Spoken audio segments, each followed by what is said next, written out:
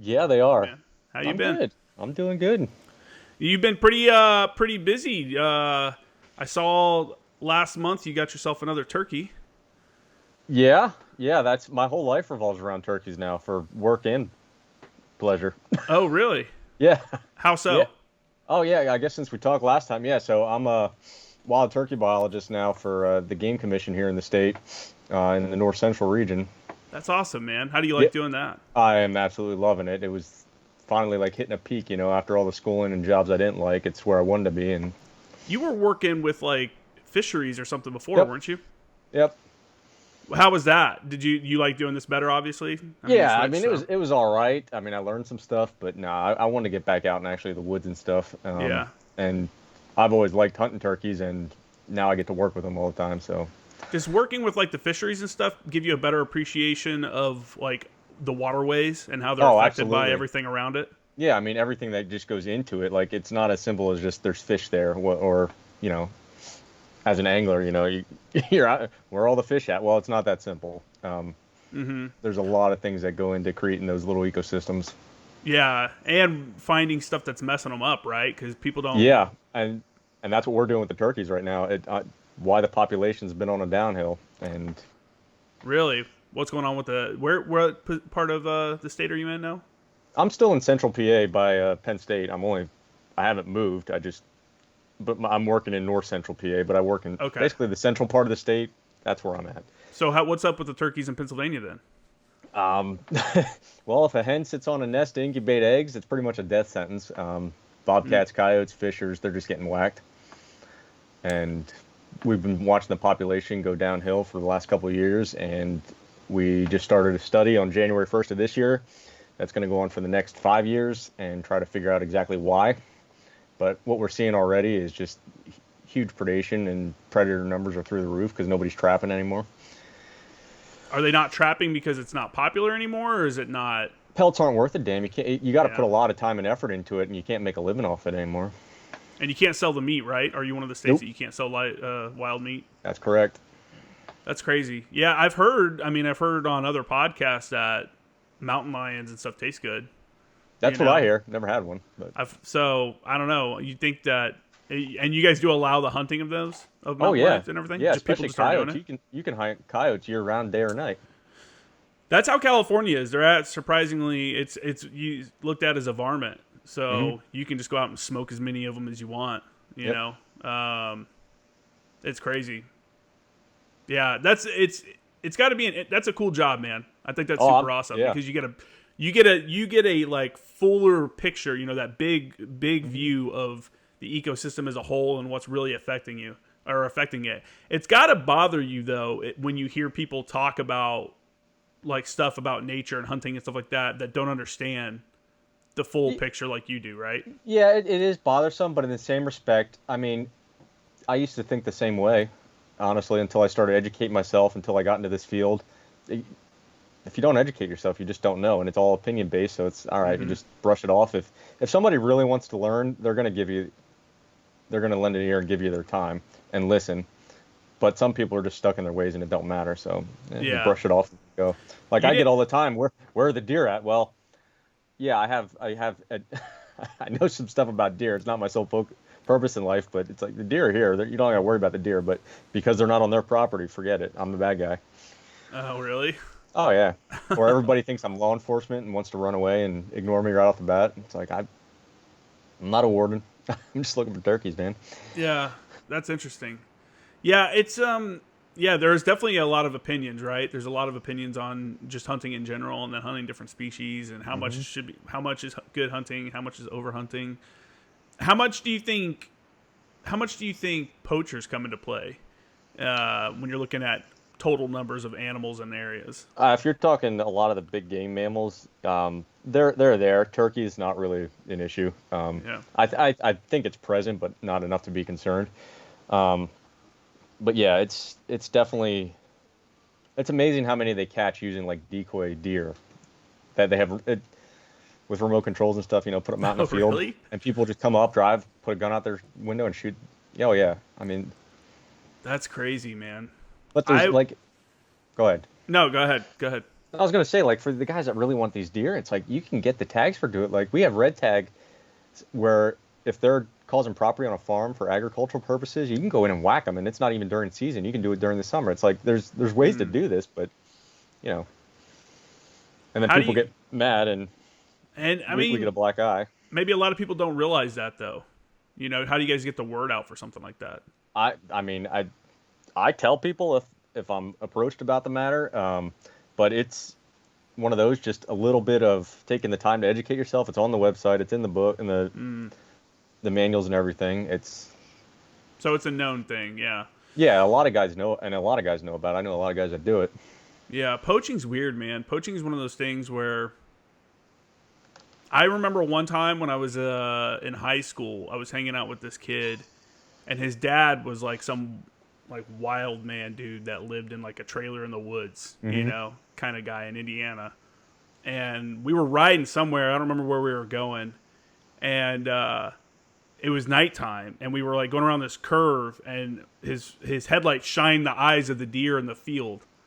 And he's like, "Oh, let's pull over real quick." And he fucking pulls a gun out and tries to take a shot, or takes a shot at, you know, tries to get one. And I'm sitting here thinking, like, what the fuck are we doing? You know, because I'm in high school. I've hunted with my uncle before, who was, you know, like a good hunter who really got into all of it, knew the regulations, and what would be like, that's insane, you know? So me having that background and seeing this, I was like, this is fucking crazy. Like, I can't believe we're doing this right now. So, I mean, I know those people exist, but it's just like, I was thinking, like, what we're shooting across a field at night, we don't even know what's over there. You know, that's, even in high school, I had it that is so mindset, like, common what are we at doing? night, guys doing that, especially because you put a deer in headlights and essentially stun them for a second or two. But it is so common. But like when we're out and about, and again, I'm not law enforcement, but you can tell the people that make honest mistakes versus the people that are just ignorant and don't care. Yeah. It's obvious. I mean, heck, I work for the game commission. I've gotten ticketed, but I mean, it was an honest mistake. I didn't do my educate myself on the one game lands, and I didn't realize there was I should know the term. I work for the damn people. Basically, it's a protected area where you can't hunt in, and I didn't see the signs. Went in there, and yeah, I mean, I paid the piper. Yeah, and ignorance is not an excuse, is what they'll No, let you it's know. not. It's like, well, I didn't see it, and then I thought about it. I was like, well, I could have looked on the maps online, and I didn't. So Yeah, it's definitely easier nowadays when you have apps like what's that one? oh, Onyx. Onyx that Oh, yeah, that's gives how you we like used to figure property out- lines and everything. Yeah.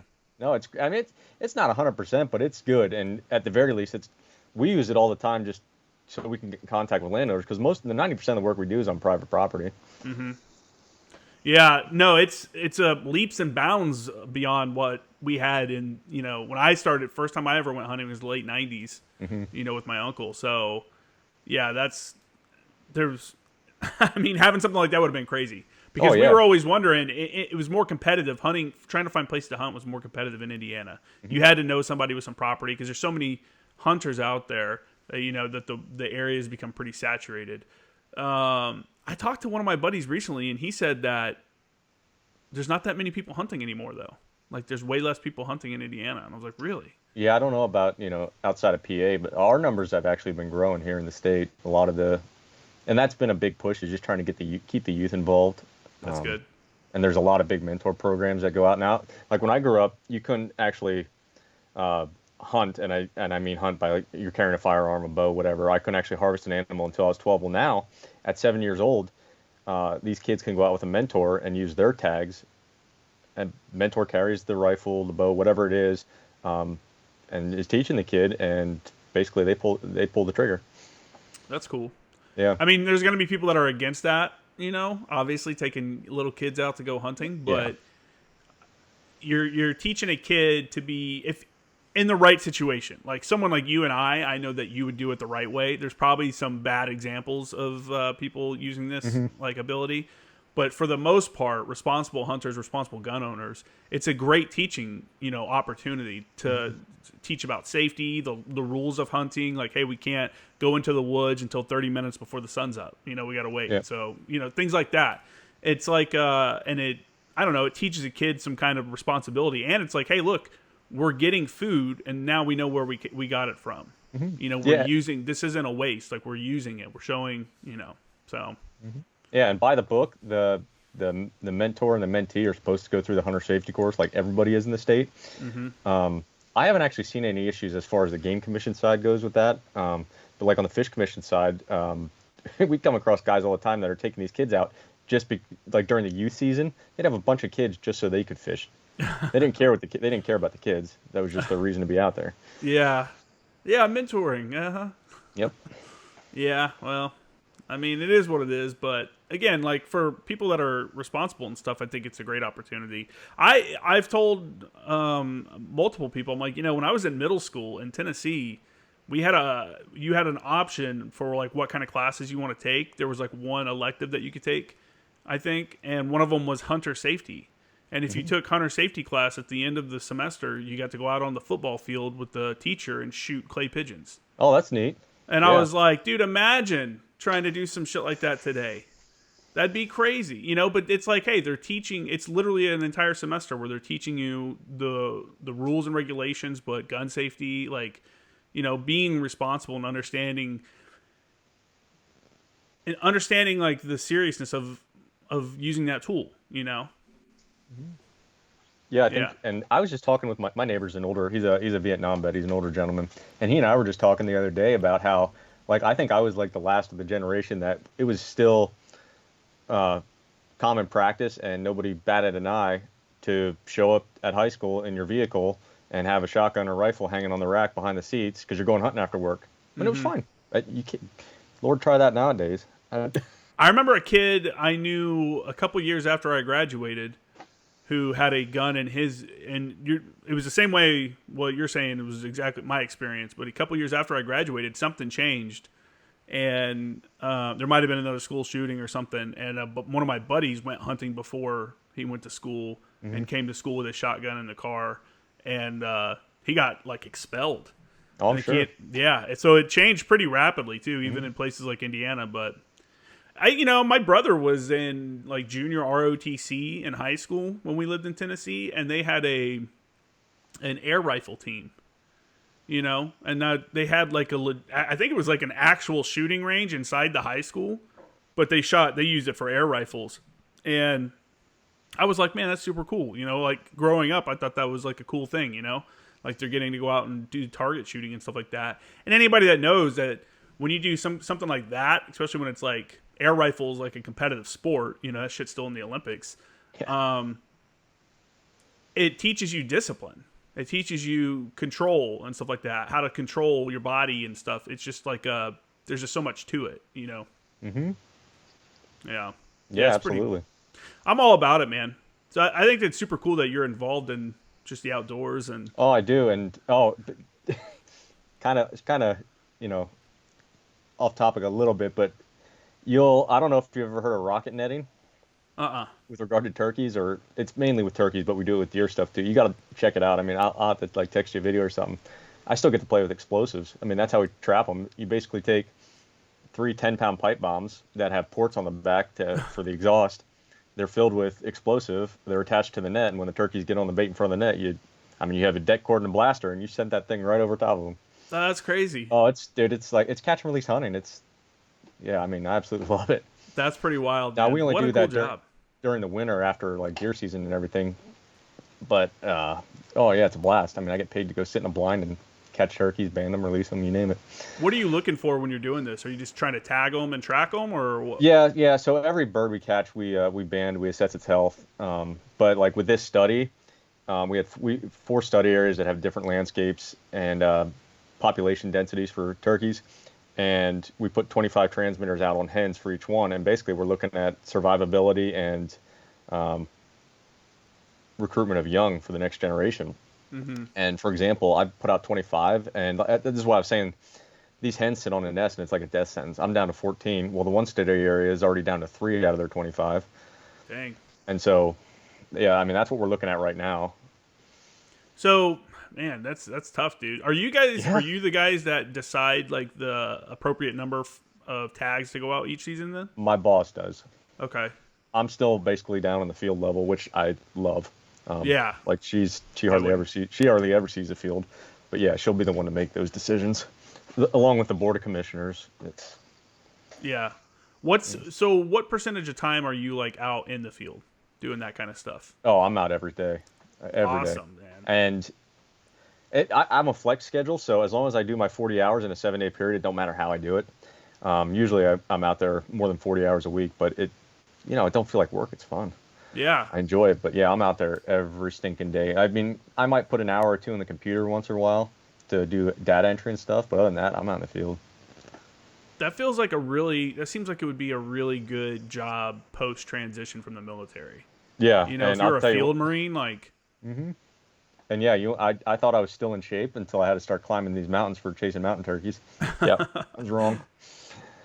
But yeah, that'll let you know how good a shape you are in real quick. oh yeah, Going up yeah, and down mountains. who knew turkeys like to nest at 2,000 feet above sea level? Like, Man, that's cool. That's yep. really cool.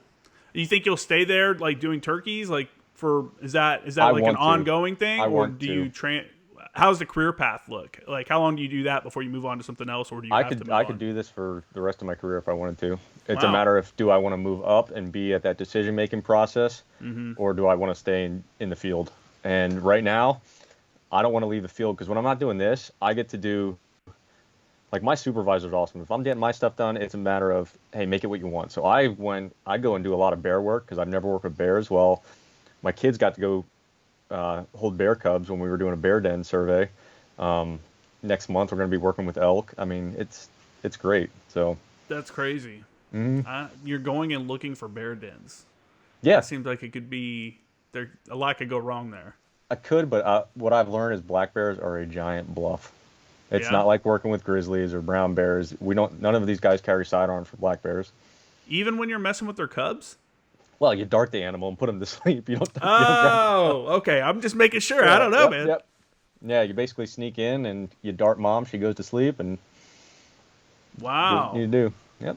that's pretty wild. So, what Yeah, are you no, I'm just not doing a trying to grab survey a cub there? with a live bear. No. Yeah, that's what I was like. That seems sketchy. Yeah, no, things will get ugly then. Yeah, for sure. What do you use to dart them? As far as the drugs go, Or like, yeah, I mean, what's the whole setup? It's just like an air gun, right? yeah, I mean, you can look up to just look up new dart sometime.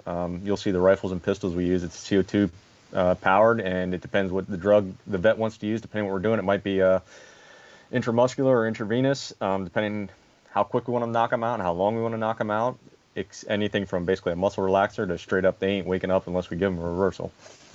Wow.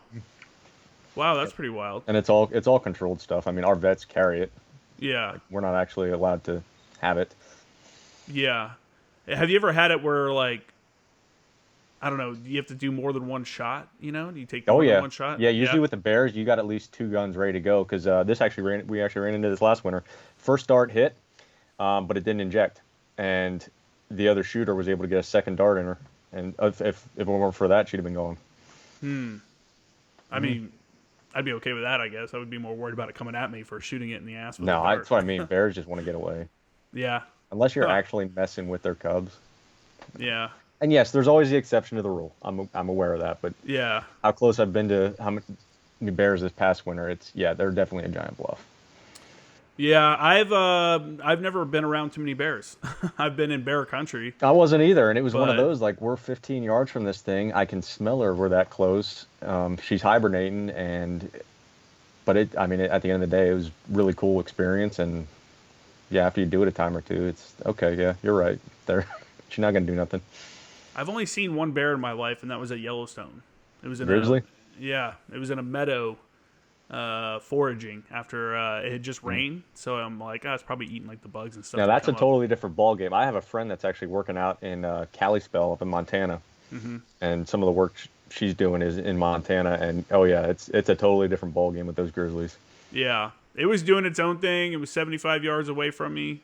I was in my car. It was like not far from the road. I pulled over and got out and shot some photos, actually. But yeah, I was like, oh, fuck, cool, a bear. Yeah. But I've never run into one like while I'm hiking and stuff like that. Normally, I have a bad habit of running into fucking rattlesnakes. Oh yeah, we do too. God, man, all the time. But Not Indiana you're talking about running into them? No, out here in San Diego. Oh, okay. Yeah, because like the rattlesnakes here, the timber rattlesnakes we have here in PA, they're not aggressive. Like we still wear snake gaiters, but they do their best to get away from us. What we're concerned about are the copperheads. And at least usually the rattlesnake will give you a warning. Copperhead ain't gonna do that. Yeah, you're just fucked. Yep. And 9 times out of 10, a bite from a rattler is gonna be dry, whereas a copperhead's gonna dump all its venom. Oh, I've never heard that before. Interesting. Yeah, especially a juvenile copperhead. They have little, Oh yeah. very visible yellow tips on their tails when they're juveniles, and they will just dump all their venom. Man, dude, fucking snakes, dude. Yep. Yeah, I like snakes, but I don't like messing with them. I was doing a hike out to a place called Bridge to Nowhere, which is in the San Gornio or whatever it's called, National Forest. It's east of LA. And look it up. It's super cool. It's like a bridge from like the 1910s or 20s that they had built and across this canyon. And like a few years later, a massive storm came in and washed out all the roads around it. And there, I guess, another road was being built or already built that made that bridge not really necessary. So they never rebuilt the roads to it. So you hike almost 5 miles out, and there's this big archway bridge in the middle of nowhere over a river and stuff like that. Super cool. And I was hiking out, and I was going to camp out there, so I had all my stuff, and I'm going, and I hear something in the bush to my left. I'm about probably 2 miles in, and I hear something to my left, and I look thinking it's like a rabbit or something, and it's a fucking rattlesnake just coiled up, starting to do its thing. And I'm like, oh shit. And I'm on this super narrow trail, and I backed off, and I'm like, man, what do I do? Because it's still right there. Like, am I going to go up and around it? Man, and I started thinking, like, what the fuck am I doing? I'm out here by myself. Like, what if this thing bit me? And that's the first time I've ever considered getting one of those, like, spot devices. You know what I'm saying? So if you get fucked up, you can, like, hit that, and they send, like, rescue to you. Yeah, we carry those as well. Yep.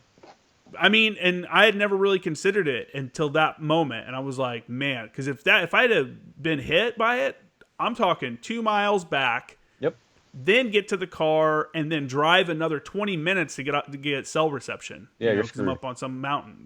Like that's not good. And yeah, man. So fuck rattlesnakes. That kind of situation happens multiple times. Yeah. My kid, on Father's Day a few years ago, we were up on Palomar Mountain on a trail, and we were going through this meadow, and there was this huge group of like boulders and rocks and stuff. And I was like, hey, bud, if there's snakes, they're probably going to be over there by those boulders, so keep an eye out, because he wanted to go climb on them and stuff. Yep. So we go over there, and we're standing on top of a boulder and looking around. And I stepped down, and I'm like standing there, and he goes, hey, Dad, there's a snake behind you. And I'm like, what? And I stepped down, and I didn't see it because it was in the shade from the edge of the rock. And I'm standing right next to this big-ass coil. And I was like, that scared the shit out of me, too. So, oh, yeah. He likes to remind me that he saved my life. Yeah. Oh, well, hey. Again, 2 miles in, like something like that, you get bit at least 2 miles in. And then another drive to get to cell phone service, Yeah, and with the weather you guys have out there, you probably have them year-round, ain't? Like here, you don't see them in the winter. Or fall even. You don't really see them too much in the wintertime. If it warms up, I'm sure they come out. But it's mostly anytime it's warm. Yeah. Anytime it's like 70 or whatever, you start seeing them, and it's like, it's just so sketchy, man, because you don't know. Fuck snakes, man. That's all I'm saying. Yeah. I mean, honestly, wearing the gaiters, I'd be curious to know how many times I got tagged and didn't even know it. Oh, really? You think that happens? With a copperhead, you probably would never know it. And honestly, the ones I wear, it's like Kevlar, so you can hit it with a hammer. It's there, but if a snake were to whack it, I don't even think you'd feel it. Huh. That's crazy. That's a weird environment to work in, right? It is, but you know what? Growing up in it doesn't really. Yeah. It doesn't concern me. Like half the time, it's like, oh, cool, I get to see a snake. What kind of medical stuff do you guys carry when you're out in the field? Because I assume you're out in the middle of nowhere a lot of times. Yeah, so we have your typical first aid kits, and then I still carry my blowout kits. I have 3 of them built, one in my work truck and one in each of my personal trucks. Now most of that's trauma stuff, but Hey, you never know. You never know. The burn dressings have come in handy before. Oh, really? Yeah, nothing crazy. It was my kids, but it was about the only thing I had to calm them down. So. Hey, whatever works, man. I still keep a tourniquet in the Jeep, Yeah. just in case. Yeah. That's some, I mean, I had the stuff, and if I need to resupply, you could do the same thing with the dudes. Call up a corpsman or a sark, and they'll send you stuff. probably. Yeah, I'm still close to base too. Yeah. Yeah, yeah. It's good to have medical stuff. It's good to understand. Like, I think we take it for granted sometimes the amount of like medical training we've gotten. Oh yeah, yeah. And then just for my own, I didn't have to do this for the job, but there's a program called Solo. It's wilderness survival in the backwoods, and I took that just to basically learn anything new I could and have a refresher, plus recertify my CPR and stuff. Yeah, it's yeah, you don't appreciate it until you need it. Oh, for sure. Yeah, definitely. How many times did you do live tissue training while you were in? We had to do it every year when I was with MARSOC. Okay. Yeah, I did it twice. And that was by far the best training. I mean, you can actually see something. You can see a tourniquet work. You can see what a finger, your finger can do. Yeah, people walk away from everybody I've talked to that's walked, especially corpsmen who are, they're the ones that it really applies to, say it's the best training. That the mannequins and stuff that they bring out, the whatever replicas, are just not the same. No, there's cool awesome things you can do with those, but there's only so much you can do with those. And the reality is a pig is alive. Yeah. And you're keeping it alive for real. Yeah, you have to keep it alive. And oh yeah, by the way, this guy just shot it up and stabbed it and slashed it. Yeah. Did you guys always use pigs or did you guys use goats? Because I was always with pigs. I've heard people use goats too. I've always been on pigs. Okay. Yeah, it's interesting training. Again, controversial. Yeah. Yeah, it was always a bumfuck nowhere where nobody knew about it except people going. Yeah. Yeah, when I was in North Carolina, it was some like farm in the middle of nowhere that had blacked out fence around it. Yep. Yeah. It probably was the same one, honestly. Probably. I'm sure they have a contract for that, But the people that are against it, I mean, they don't understand. I mean, again, who knows how many lives that saved? Teaching someone the proper way to pack a wound. Yeah. Sticking your fingers in the actual wound and putting, shoving gauze in there, or putting on a tourniquet the right way, or whatever. Or seeing the amount of pressure it takes on not just putting it on, but like, oh, it takes a little bit more than you might have expected to wrench it down. Yeah. Kind of thing. Yeah, I think it's an important part of training that. Oh, absolutely. I don't know if they still do it, but I think they shouldn't get rid of it. I'm pretty sure they do if they haven't even stepped it up a bit. But yeah, it's so practical outside of it. Yeah, odds are you're not going to see a lot of the trauma that we train for, but you're going to see a lot of other stuff. Dude, I was driving down the 5. Me and my kid were driving north on the 5, and it was raining out. And I was merging over to the HOV lane, the carpool lane. And on the other side of the freeway, this fucking truck loses control and slides on its side and hits the barrier right next to me. And I'm like, bro, I hope somebody because I can't stop because I'm on the 5 going north, going one direction. There's really no shoulder, and he's going the other way. But that's one of those situations, like if you're a first responder to that, even as like a regular dude that just saw that, it'd be great to know some shit. Because you don't know what kind of wounds that dude just suffered right there. Oh yeah. It's like, I don't know. You never know when that's going to come in handy for sure. Yeah. Oh, we had a situation when I was still at Penn State, dude. I was eating lunch outside the creamery. It's the big ice cream factory there on campus, and out of nowhere, you just hear a car lock up its brakes, commotion, a bang, and some dude stepped out in the street, got whacked by a Jeep Cherokee, went up over the windshield and everything. But so I hop up. The guy that beat me there was actually an Army vet. Essentially, he was the first on scene, started addressing the dude. Everybody else has their phones out, and until I get over there, I'm like, surely somebody called 911, right? No, they're just taking pictures and videos. I'm like, so I said to the guy that was, everything all right. This guy was still talking. I mean, you could clearly tell he probably had some broken ribs and stuff. But I was like, let me just get a hold of 911, get him up here, because there's 20 other bystanders, and all anybody wants to do is take a video. And got plenty of video of the situation. Yeah, I was like, you got to be kidding me. But that's where we're at. That's where we're at as a society, man. Yep. I mean, I'm not surprised. I'm not, to look around and go, someone called 911, right? Nope. Yep, nope. Everybody's taking videos. That'll ruin my Snapchat video, bro. Get Yeah. the fuck out of here. I'm making a TikTok. Yep. You know how many views I'm going to get? Damn. Oh, I'm sure, yeah. Well, that Yeah, kid... I mean, good thing somebody's there, though. Oh, yeah. Good thing you guys paid attention. That's just, again, you never know what's going to happen. So, it's crazy. They're doing, like, person-to-person blood transfusions and shit now in the military. They're teaching that. Which I remember people talking about that before.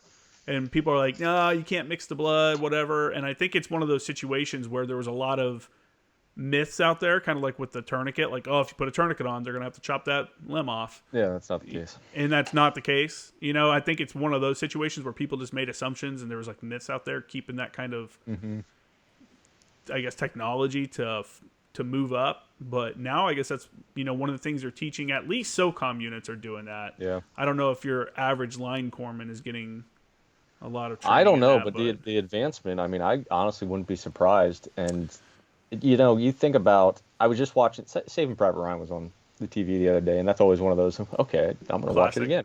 Yeah. But just seeing the medical advancement from then until now, like, what these guys could have known, and just self-care, simple as that. Or instead of, hey, we need, I forget the medic's name, but tell us what to do to save you after he gets shot. And it's like, you guys could be doing all of this. And, it's... Yeah. Amazing. And their methods, a lot of times, like sprinkle some powder on it and hold a dressing on it and hope for the best. Yep. Pour powder, pour water on it, and just load them up with morphine. Oh, man. That's crazy. Yeah, the medical advancement is pretty wild. We have some really talented, like, people in the medical community that are making... That's one of the, I guess, pluses of war. On the unfortunate, like, silver lining to casualties is you learn a lot about... medicine and how to treat different kind of wounds and like everything else because you're doing atypical work, a lot of it, new technologies emerge that you may not have considered before, So I think that's great. I think the corpsman today is probably way more, trained and like better equipped than the corpsman at the beginning of the global war on terrorism. Oh, I agree. Absolutely. I think, because I remember talking to a guy when I was a boot. I was like a PFC, and our corpsman had come from 8th Marines, and they were in like Ramadi or something like that. And he's like, he's like, my dad is a pharmacist, and he's like, I just had him send me equipment because the unit didn't have any, in country. He's talking about how there'd be a shortage, like corpsmen wouldn't have enough bandages to go out and shit like that. So he was like, yeah, I'd have him send me stuff. And I don't know if that's really the issue anymore, Yeah. Who knows? Who knows, man? Yeah, that's cool though that you're like getting into a lot of stuff since you've been out. I think that's great. Yeah, it's been good. Yeah, I actually just texted you a buddy's name, Dale Titus. Going back to the Grizzly conversation, you want a guy. So this guy's a full bird colonel, or was rather. He just retired.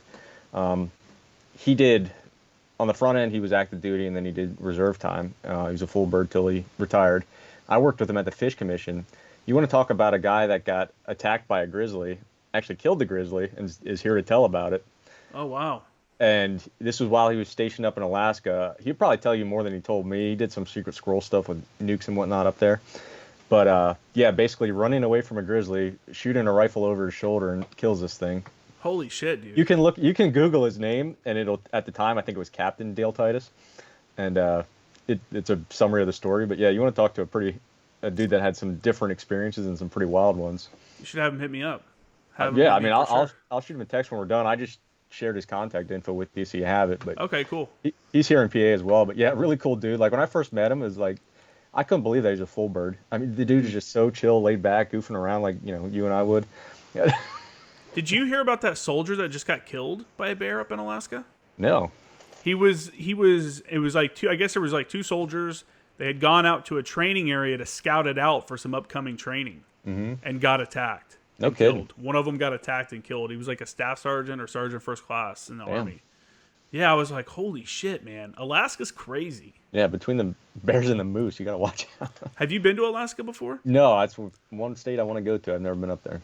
We went up when I was testing out the ITV. We went up to an area right outside of a town, I guess, if you want to call it that, called Delta Junction. Okay. There's an air base there, and there's probably might be the same place your buddy was at. They have, I think it's part of the, I don't know if it's called the Star Wars Defense, whatever it is, the Intercontinental Ballistic Missile Defense Systems and stuff. There's a base there, but there's also an area called the Bolio Lake Cold Weather Training or Testing Facility. I can't remember. And it's this like little camp out in the middle of fucking nowhere. And it was pretty cool, man. We got to see the Northern Lights while we were there. We were waiting on the mortars to come to Alaska, and they got held up at the border of the U.S. and Canada because whoever loaded them didn't take the firing pins out of them, and the serial numbers were mixed up. They weren't in the trucks they were supposed to be in. I guess they were supposed to be in specific trucks, so one mortar was in a different truck than it was supposed to be, and it caused this delay. So we're up here in Alaska with nothing to do. So a couple guys went and got hunting licenses, and the civilian guy that was like ran the camp loaned them some rifles so they could go out and do some rabbit hunting. You know, they went out and maybe it was shotguns. No, I think it was rifles because they were the snow hares, the big ass ones. And we went ice fishing. There was a big ass lake out there right by the place. We went ice fishing. I had never done that before, and it was like pretty wild. And then, so we got to do all this shit. And then at the end of our little like training exercise, all the fish we caught, the rabbits that the dudes had killed, and then the civilian brought in some moose meat, and we had this big ass cookout at the end of the whole thing, and it was pretty wild. But Alaska's a trip, man. Super. Oh, I bet. It was wintertime. It was cold as shit. I saw the big ass pipeline, the big oil pipeline that was built way back in the day and stuff. And we got to go up to Fairbanks and check it out. It was. Have you ever read that book, Into the Wild? Yep.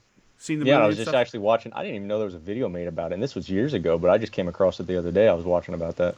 The movie is pretty good. It doesn't go into full details about like, hey man, there was a bridge a mile away from where you crossed at. If you weren't so dumb and like fighting society and just got something as simple as a map, you would have realized that you could have gotten across. Or it wasn't a bridge; it was a basket, like a surveyor's basket that they used to get across the water. And so that part, I was like, they should have added that at the end because the story's cool, but the guy was kind of an idiot for like, you know, not doing some simple stuff. You know, if I'm going out to the point is, we drove by that area, that road, that trail, whatever it was that the bus is out on, or I think they got rid of it actually. It became a tourist attraction. But yeah, we were out that area, so it was really cool to see like Denali and all that stuff. Nice. Yeah, man. If you ever get a chance to go to Alaska, I recommend it. Do you travel much now that you're out of the military? No. No. The most traveling I do is when I take the Jeep out to go roll it over. Yeah? Yeah. Isn't that crazy considering the amount of traveling you did while you were in the military? Do you miss it? Yeah, I do in some respects, yeah, but I think I'm a homebody with the kids and whatnot, and I'm just as happy, you know, taking them fishing at the stream 5 miles down the road. And yeah, I mean, yeah, most of the traveling we do is I need to get back down to North Carolina. We went down there a couple years ago to see some old friends, but I think Georgia is the last time I actually went anywhere, and that's where Robin's from, so her whole family's down there. Okay. But yeah, the ghetto rock star days of going TAD to places. Yeah, no. Is no longer there. No, it's like yesterday I was trying to get a hold of my one buddy that's still down with 2nd MSOB, and he wouldn't respond to me, so I texted his wife, and she's like, oh yeah, he's TAD, they're doing scuba diving stuff for a month. I'm like, oh, must be nice. Yeah, the good old days. Yep. There's a lot that comes with it, though. I do get to do kind of some. I was excited because to me it was like JTAC stuff. Doing what I do now, we get to work with the state police, their aviation unit. We lose a turkey that has a transmitter on it. They go in the mountains and you can't find them. We actually fly with them, and it's a Bell 407 is the platform. I think it's like 2 versions newer from the Kiowas, the OH-58s. That was my first thought when I saw the bird. Yeah. But it's a Bell 407 now that they use. And yeah, basically we use their downed aircraft. Like if they're looking for a downed aircraft, we use their equipment, and essentially we're looking for a turkey instead with their That's frequencies. awesome. But yeah, get to flow around. Now, I asked them if I could just strap in and let my legs hang out the door like we used to do on the Hawks and stuff. And no, we got to keep the doors on. We got to keep the windows, everything closed. But I mean, leather interior, there's AC. It's nice. But Yeah, just getting I up there to bet. go fly around, and there's only ever one pilot flying, and so usually I just sit up front with him, and Oh, really? They don't fly I in could pairs? grab the stick if I wanted to, but I'd probably upset somebody. I got the controls. Yep. Yeah, it's weird talking to people. Again, you take for granted sometimes, like normal people don't fly in helicopters. No. They've never flown in helicopters, and it becomes like a second nature thing. Yeah. We had an LZ right outside of the compound at First Anglico. Mm-hmm. So it would land there. We just grab our gear from our locker, Yep. walk out to the LZ, fly out to San Clemente Island or whatever. What yeah. Just again, something else that we did that people think's crazy. Oh yeah. Yeah, and I 'Cause- absolutely love it. I mean, Yeah, I don't really a helicopter like that. I wouldn't have any kind of fear in. I was in a 53 that I thought was going to crash. We had to make an emergency landing, oh good. and that wasn't cool. No, I bet not. So like every time I got into a 53 after that, I was like, man, here we go. That was up until that point. I felt like Was invincible. it leaking hydraulic fluid though? That's the key. Of course it was. Well, then it should have been fine. It should have been fine. What's the issue? It was what it was doing was we took off from San Clemente Island, and when we got on, they didn't give us the horse collars, the inflatable things, and we're kind of like cool, because those things are annoying to wear. And what are the odds, right? And as soon as we like take off and we get over the water, the helicopter just starts flying all over the place. Like the pilot can't control it. And I'm like, oh my fucking God. And he doesn't turn around and go back. He keeps going, and this is like a 30-minute, maybe not, yeah, probably about 30-minute flight, 20, 30 minutes, something like that. And the whole way, the helicopter's like swinging back and forth and like doing that. So it's just like all over the place.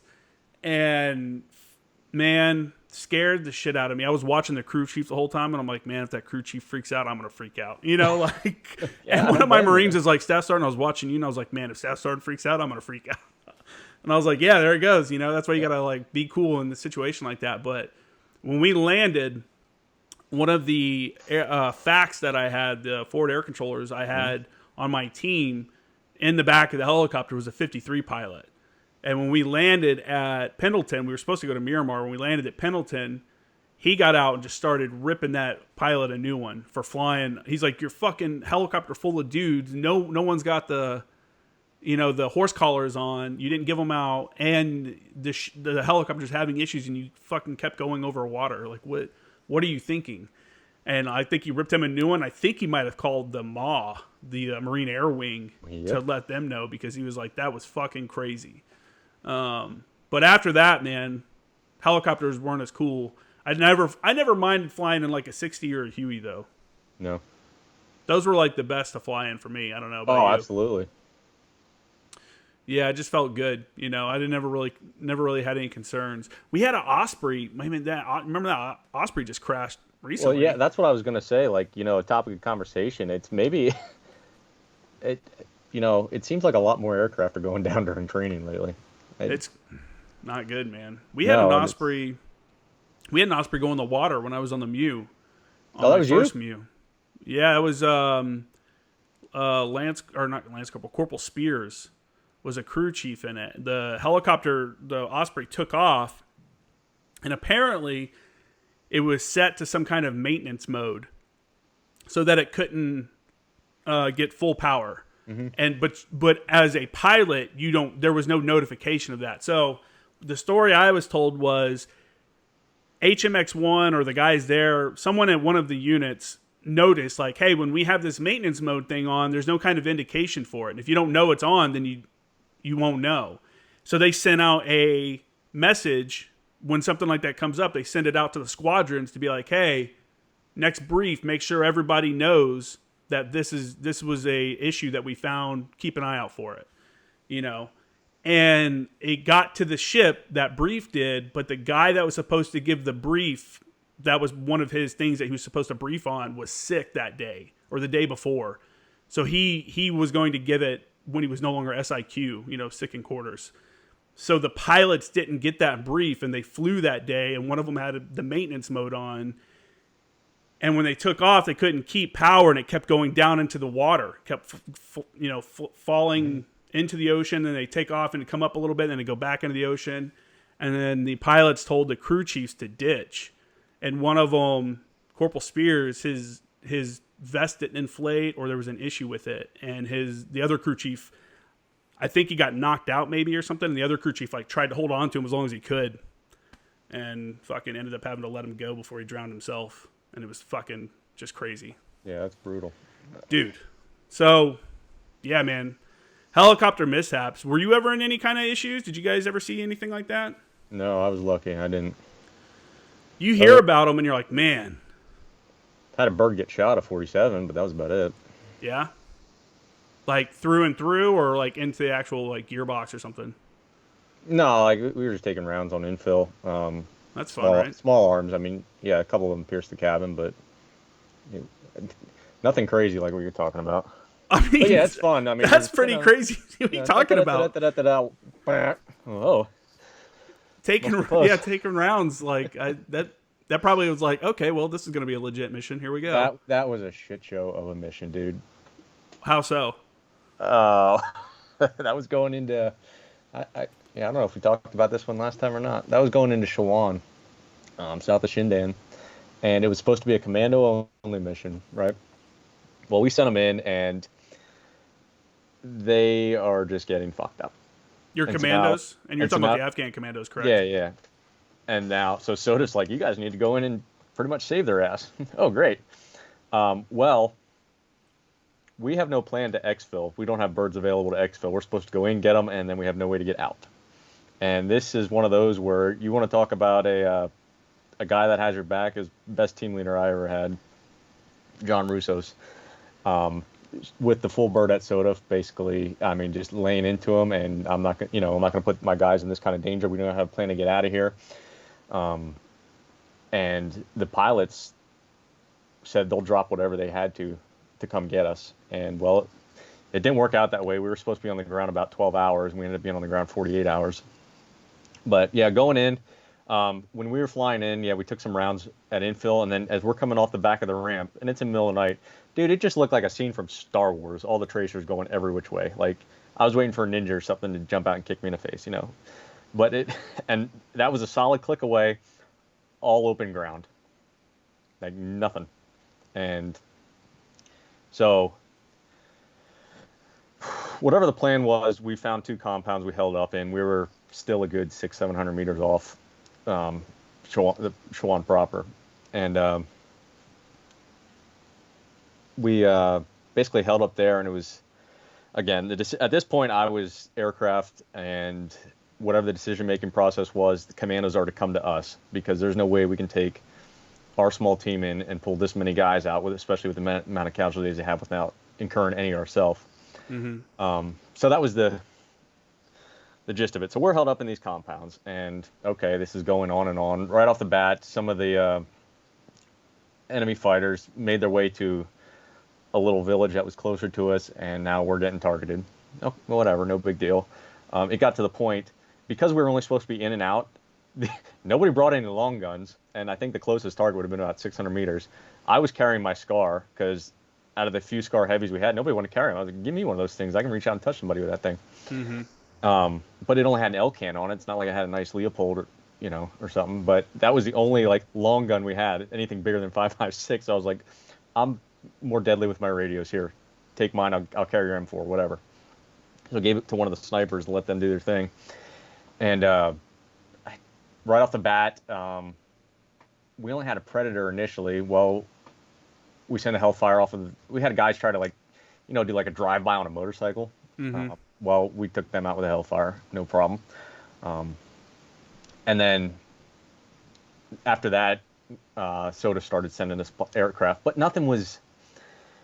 I wanted either an AC-130 or some rotors, skids, something that can get down low and see. No, they kept sending me, and I got nothing against B-1s or whatever, but the situation we were in, we weren't dropping 500-pounders. It wasn't. I needed something small. I needed guns at least to run suppression fires.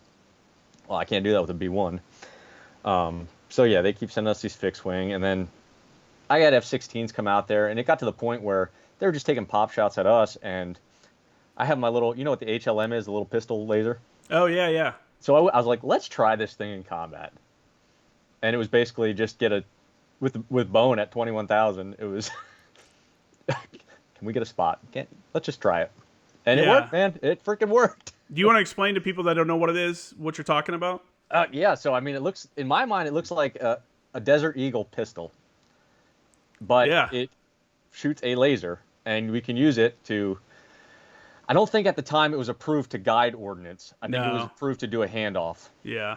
And so that's what we were doing. But basically, mark a target with it, and the aircraft can pick up that laser energy, and now they know exactly what the target is. You know, and then you still confirm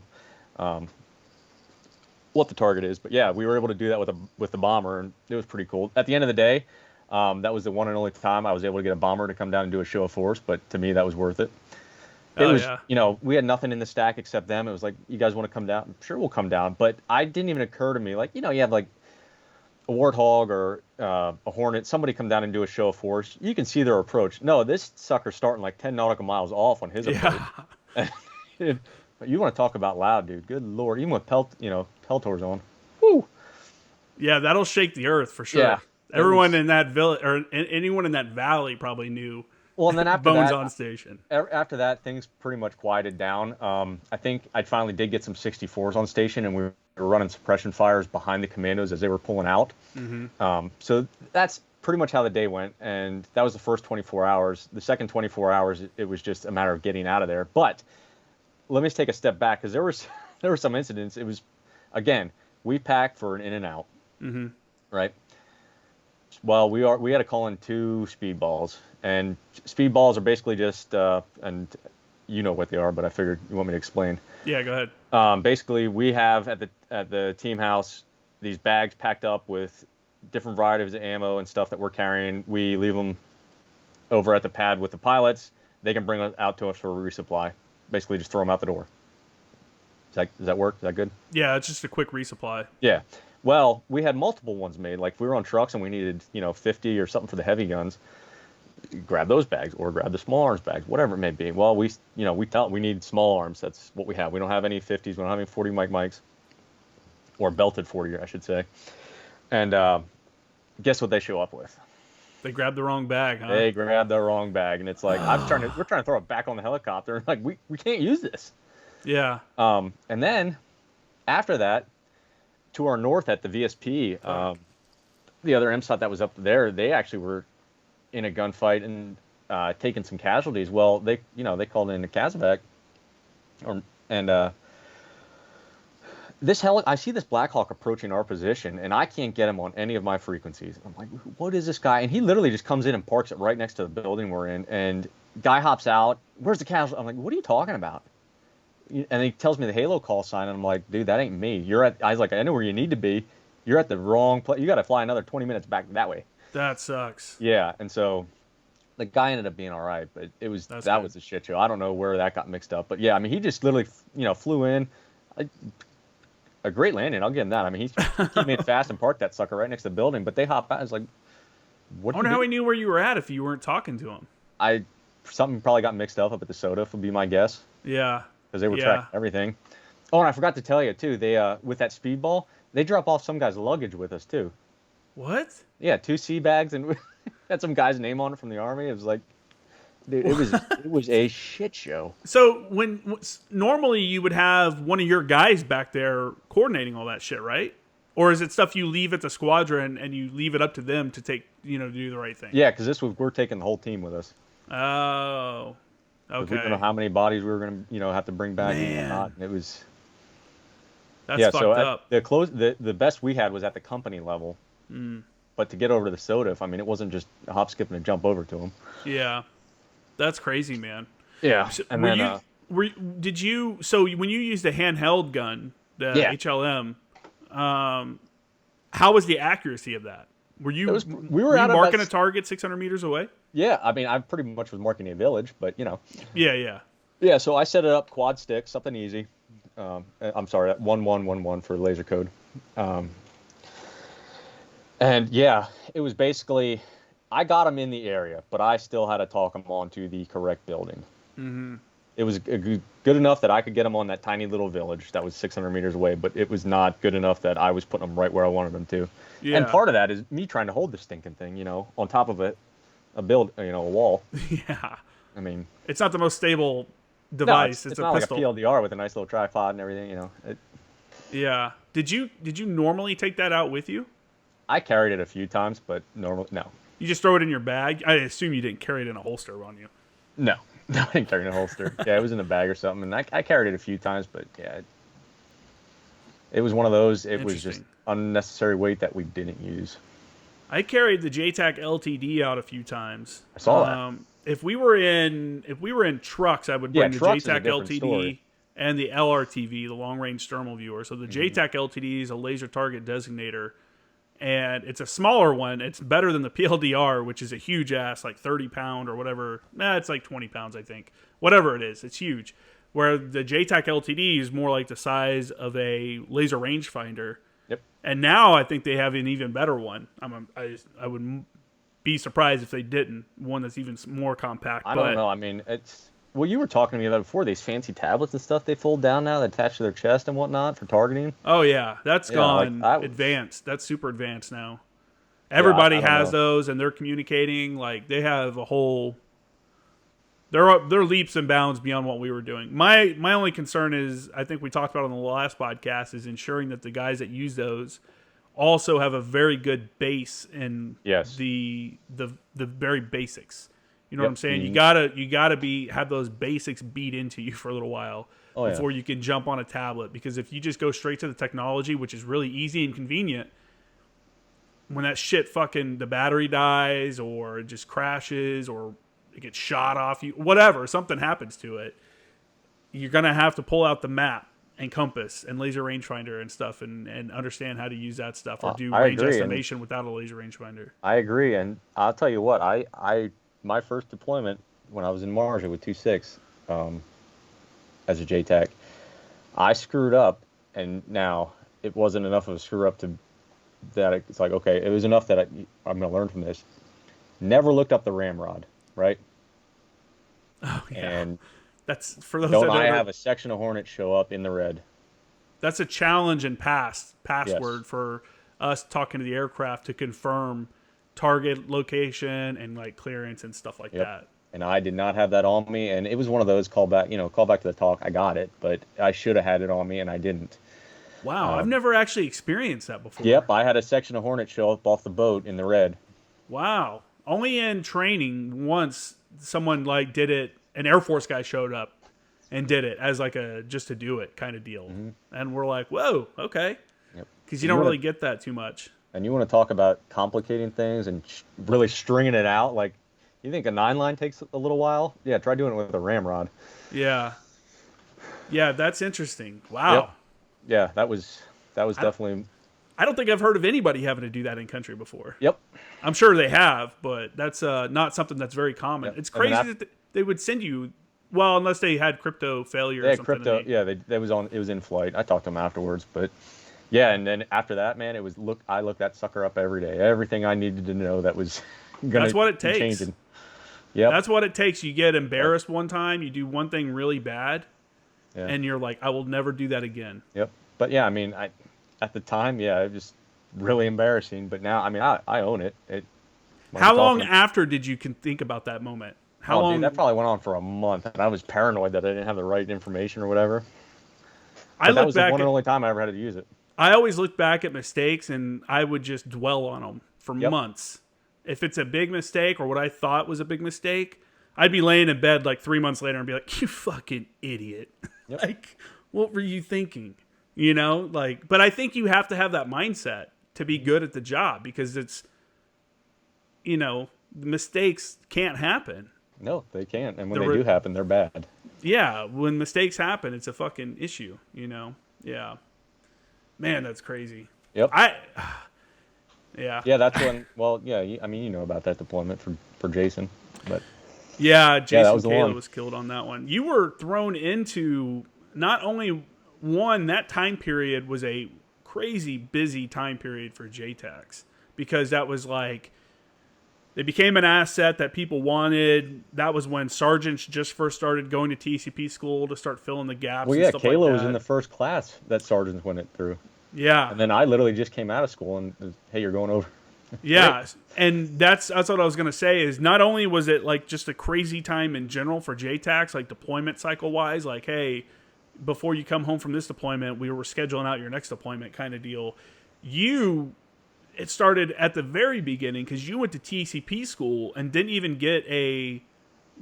go through like a syllabus afterwards to like beef up your training, because you were going as a combat replacement for the 2 Marines that were in Marja that were in the process of doing Mashtarak, clearing Marja.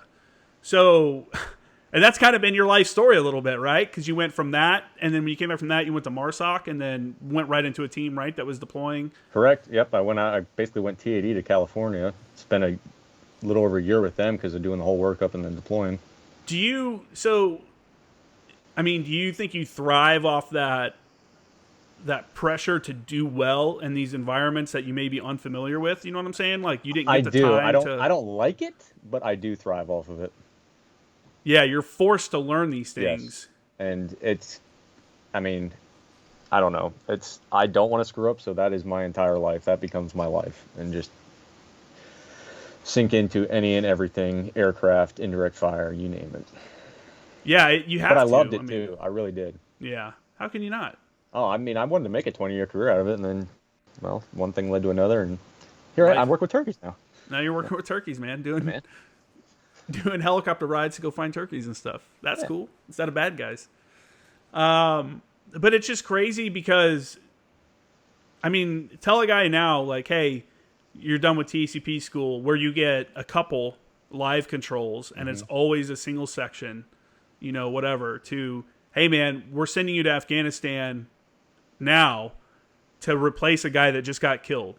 So the place you're going is fucking kinetic, and now you're going with like the most basic of knowledge, because TCP school gives you the most basic of knowledge. Getting back to your unit and going through the syllabus to get designated is where a lot of guys start picking up, their actual like skills and stuff that's needed to be a good JTAC. And you didn't get any of that. You were just thrown right into the freaking fire. Yeah, and then that within the first month, we went live with Cass. I don't know. I don't think Kalo ever dropped. Maybe he did, but anyways, they were nervous, and I don't blame them. Like the company commander, and it was type 2 from the talk. 2 squads were out, and section of skids, and we ran them twice. But after that, it was okay. I can do this, and I'm gonna do this. But was it like an ambush situation? Were they guys troops in contact or something? Yeah, they were. They were basically pinned in a field, and the guys were in a tree line, and so we just ran. It wasn't a mixed section. It was both Cobras, and we ran just guns and rockets, and basically cleaned out that tree line, and then brought them around for a reattack, and ran them again. Nice, that's good. Yeah, that first control or whatever is always going to be like, oh shit.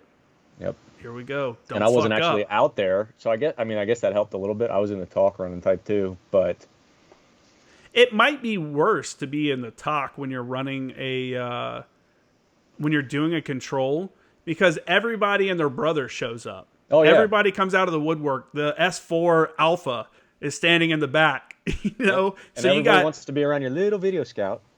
Yeah.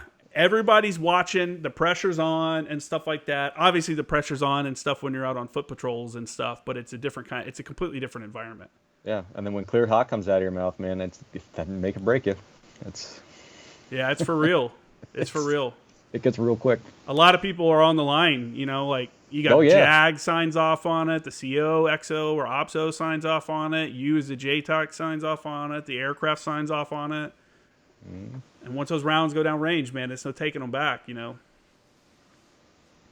Yeah, that's pretty wild. Did you ever have a situation where you had to, like, call off an aircraft? Like, hey, abort, you're hitting the wrong building, or you're anything like that? No, but I did have to... I had an aircraft switch cold. That started being a thing in, like, 2012. Yeah. Remember that? Shift cold, okay. Thank you.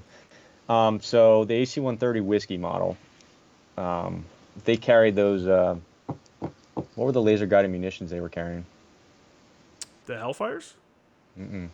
No, I'm not basically, sure. it basically sat in a pallet, and they basically it was like Oh, they it's the pull and same. drop it like out the back. It's the same thing that the Harvest Hawk was carrying. I think it was almost like a javelin, Yeah. right? Anywho, yeah. Anywho, Anyways, this it was laser guided munition, and these we were tracking a motorcycle with two dudes that had just hit us, and the whiskey was keeping track of them with their pod, and we had already ran everything and sent this thing off the rails, and these guys went in a tree line, and basically the pilot called shift cold because he didn't want to put that thing in the tree line and not know what else was down there. so where did it hit? They just put it out in the desert. Oh, okay. I mean, that's a controversial thing that started happening, and it was Yep. an Air Force policy. I Yep. know the Marine Corps came out and specifically was like, no Marine pilots will shift off the target unless directed to by someone within the kill chain like process, Yep. because that's So what? And for people who don't know what we're talking about, they're lasing the target. Something occurs that they think could be an issue, so they call shift cold and they move their laser elsewhere to somewhere supposedly a safe spot, and the round hits there instead of what you were going for. The issue with that is that the commanding officer or whoever, the big three that approve these kind of missions are signing off on that mission and a specific they're signing off on what's happening, like what's occurring there. And when you deviate from that, you're kind of taking responsibility into your own hands. You're saying the CO doesn't know what he's talking about. I'm moving the round over here, which there's an issue with that because situational awareness, maybe the aircraft doesn't know anything. There may be situations where it's justified. Hey, dude just ran into an orphanage. Mm-hmm. I'm not going to drop a bomb on that. But yeah, that happened one time on one of our deployment, or I think on my 3-6 deployment. We had an aircraft do the same thing, that they shifted off the target. What was kind of funny though is, oh, I'm sorry. Go ahead. It still killed the guy. What happened was we were tracking him, and he was heading home basically, and he parked outside of his compound a decent distance away. It was kind of weird that he parked that far away from it, and rockets in the air, or rounds on its way, and like his kid. I think his kid came running out of the compound, like, Daddy's home. Mm-hmm. And they shifted down to drop it, to fall short. But it still fell short and, fragmented into the guy and stuff like that. But we thought for a second, the first thing the OPSO was like, dude, did we just fucking kill a kid? And because when it first hits, there's all that dust and smoke and you can't see anything and everything. But the kid was okay. It was just a fucked up situation. Yeah. But yeah, after they shifted to gold, so they were about to go off station. I had another AC-130 coming on. I guess that would have been the uniform model. It had the 25, the 40, and the 105. Or no, that would have been the hotel Spectre. Anyways, they were coming on station. So, and it was one of those, they were checking in and basically, hey, hold your position, attack in progress, and then we'll bring you into the stack. And so that happened, and these guys come in, and literally they're just switching in the stack. AC-130 whiskey's going off, and the other AC-130's coming on, and we start getting hit from, right about where that tree line is in the same compound, and real quick, 5-line, and those 40 Mike and 25, they basically drew a line inside the compound walls, just, all right, we'll let the big boys take over. The accuracy of those things are crazy. Oh, it is, and I can only imagine what went on the debrief afterwards between the two crews, because they clearly they both heard that whole thing. Mm-hmm. It's like, we'll come in and take care of this. I think one of the crews told me that their closest engagement that they had was within 10 meters. It was basically a SEAL team on one side of a wall and the bad dudes on the other side of the wall. And they engaged them on the other side of the wall, and they were fine. Yep. I'm like, that's fucking crazy. They are insanely accurate, and I have a great appreciation for the 64s and their 30 Mike. We actually had to run final attack headings that were pointed right at us. And I didn't want to do it at any and all costs, because it was only about a 100-meter engagement. Oh, man.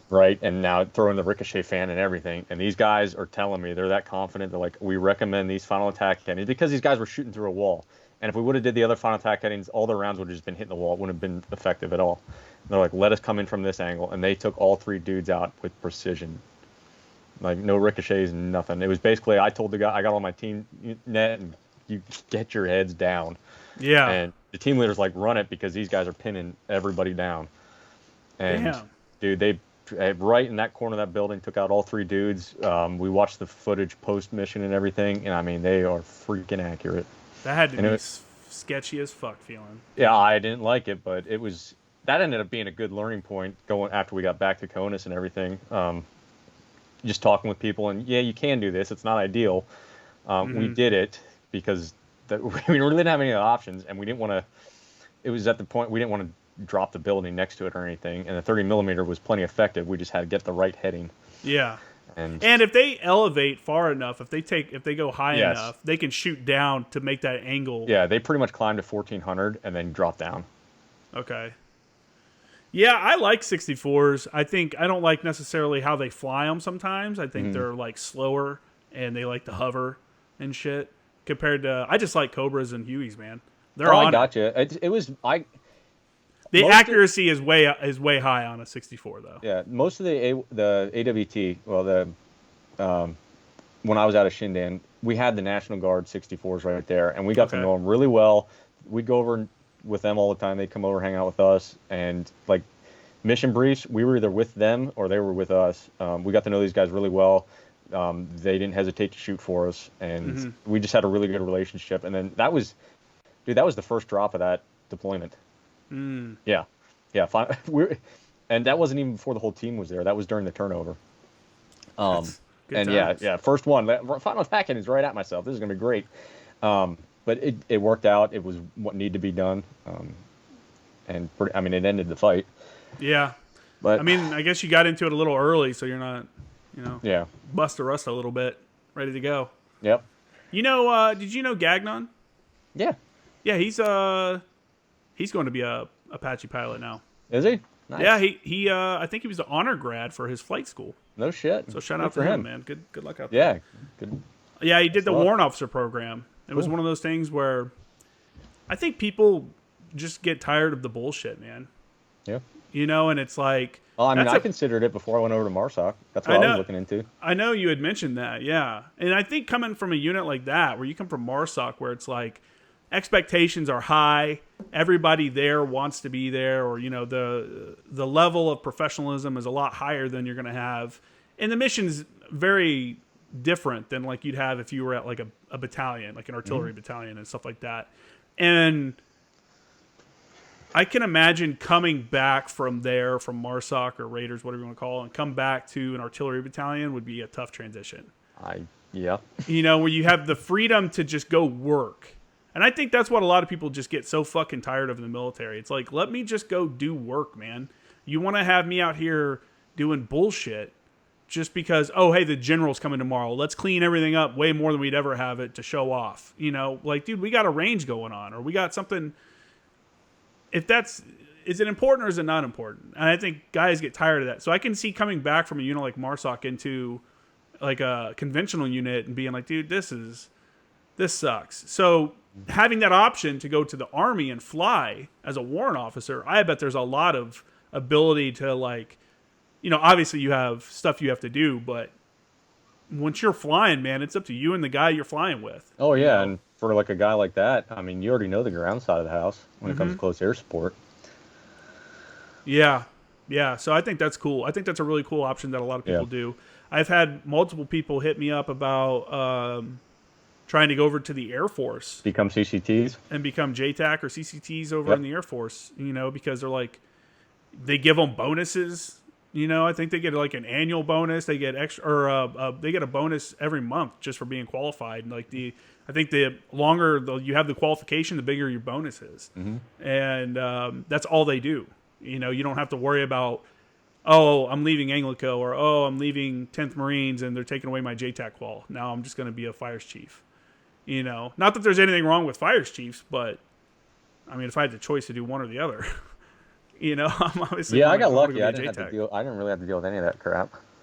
Yeah, you rolled right into, like I said before, you went from TACP school to deployment, and then how long was it like a month or so after you got back from deployment when you got contacted, or you contacted MARSOC, whatever, and Yeah, they the fires platoon chief over there was looking for JTACs, and primarily ones that had already had a deployment. And well, I was fresh off of one as JTAC, and yeah, I mean, it was no issue. He pulled me right over. And I was like, well, what about my reenlistment papers? Because something got mixed up when we were in Marja, and basically he's like, I'll make you a boat space. And he did. That's sick. Now, I didn't get a bonus or anything. I got the honor to serve, but he's like, is there anything you want to do? I really? said, I want to, oh yeah. I was like, I just want to jump out of an airplane, man. He's like, good, then you're going to jump school. I'm like, okay, I'm good. Sweet. Yeah, you mentioned in the last podcast that you really like jumping out of planes. I did, and then I got bummed. I did, and then second MSOV, I got put on the jump team. And so, yeah, it was one of those things I just really enjoyed. But you never got to go to the free fall school? No. That's a bummer. How many static line jumps did you get? Honestly, I had to look at the book. I don't know, because we would do at least one a month once I went over there. Did you guys, or since you've been out, have you gone skydiving or anything like that? No, I haven't. Have you ever considered it? I have. Yeah? I just haven't made it a point to go do it.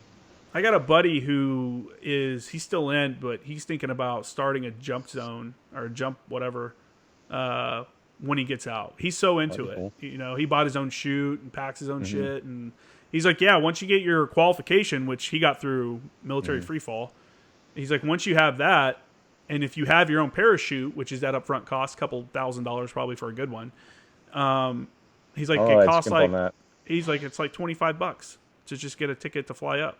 You know, it's super cheap. Damn. Compared to if you just go jump, it's like $200. You know, if you don't have a license or anything. Now, one thing I did get into is scuba diving. Yeah. I got into that when I was in Okie, but that's something I definitely stuck with, and I still do. Luckily, a friend I made at Penn State, his mom's a master diver, and they have their own shop and equipment and everything. So whenever they go out, I just go out with them and borrow their stuff. Because I was going to buy my own equipment, but there's no point. I'm surprised by the amount of people that come back from Okinawa that never dived. I know. I'm like, you're in literally the place, dude, the world. 90% of those dudes just get drunk and blow their money on alcohol. And I was the guy that I was out there tuna fishing, snorkeling, diving, you name it. Enjoying it, right? Yeah, because this is an awesome place, especially the water. It's beautiful. Yeah. Did you do a lot of the history tours and stuff like that? I regret not doing it a lot. Yeah. Like I wanted to go down to Iwo Jima, and I wish I would have. Oh man. Right. I did get to go see Sherry Castle though in Okie. That was pretty eerie and wild. Yeah. But a great experience. Yeah. Yeah, I've heard a lot of people talk about Okinawa. They're like, it sucks to get there, but once you're there, it's such an awesome place. Yeah. It really is. Obviously, there's the restrictions and stuff that until an international incident occurs and you're all locked down. And then you're locked down for months at a time because I remember one time there was an incident and it was like a reservist that was there for their 2 weeks of training did something. I think he raped a girl or something like that, some Navy reservist. And everybody got locked down for months. I'm like, this dude that's not even from there just fucked everybody on the island. Oh yeah, that's if anybody that listens to this is from 5th ANGLICO from 2007 to 2010, beginning of 2010. We had an international incident because of a 5th Anglican. Oh really? He got drunk, got separated from his buddies, and basically some local found him in his underwear on their front step, just passed out. Man, they probably didn't approve of that, huh? Yeah, it didn't go over well. So did you guys get locked down because of that? For a little bit. It wasn't a big one. Man, I bet the commands get smacked hard when something like that happens with one of their guys. Yep. Yeah, I wish I would have gotten to go to Japan, either Okinawa or, over onto the mainland.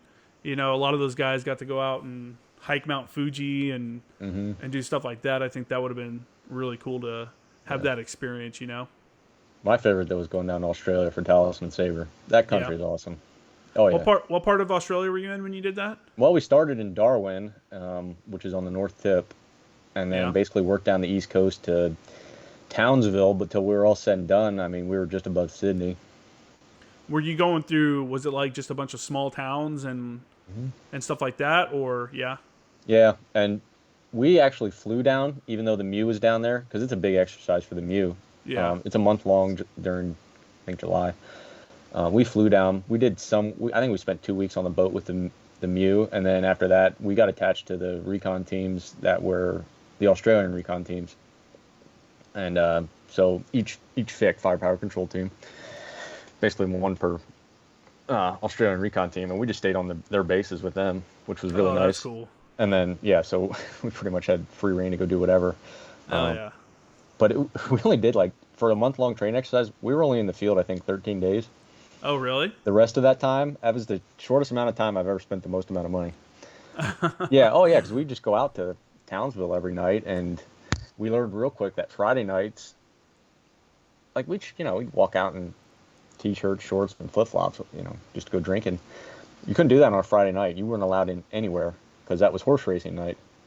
And Really? you talk about women and dudes dressed to the whims. Yeah, how in the UK you see the women with these big fancy crazy hats. Yeah. You'd see that shit. You see dudes in tuxes and whatever, and it was just to go drink and watch horse racing. Every Friday night? That's at least the Friday nights we were there. That's pretty cool. Yeah.